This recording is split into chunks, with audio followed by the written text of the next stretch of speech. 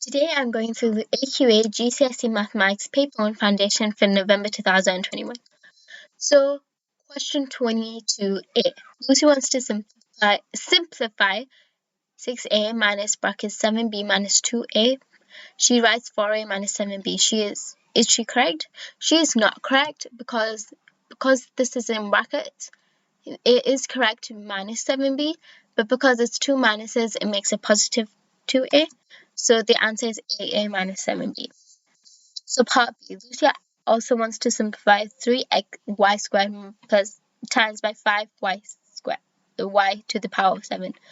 She says add 3 and 5 and then add 2 and 7, and she gets the answer as 8y to the power of 9. Tick the box for each part of the method. She adds 3 and 5. No, she isn't. She's supposed to multiply them. And she adds 2 and 7. You are supposed to add the powers because the base is the same. Lucy thinks of a number 10 times the number equals 10 divided by the number. Give a possible value for the number. So it could be 1, and it could also be minus 1. You could write either. Like and subscribe for more GCSE math related videos.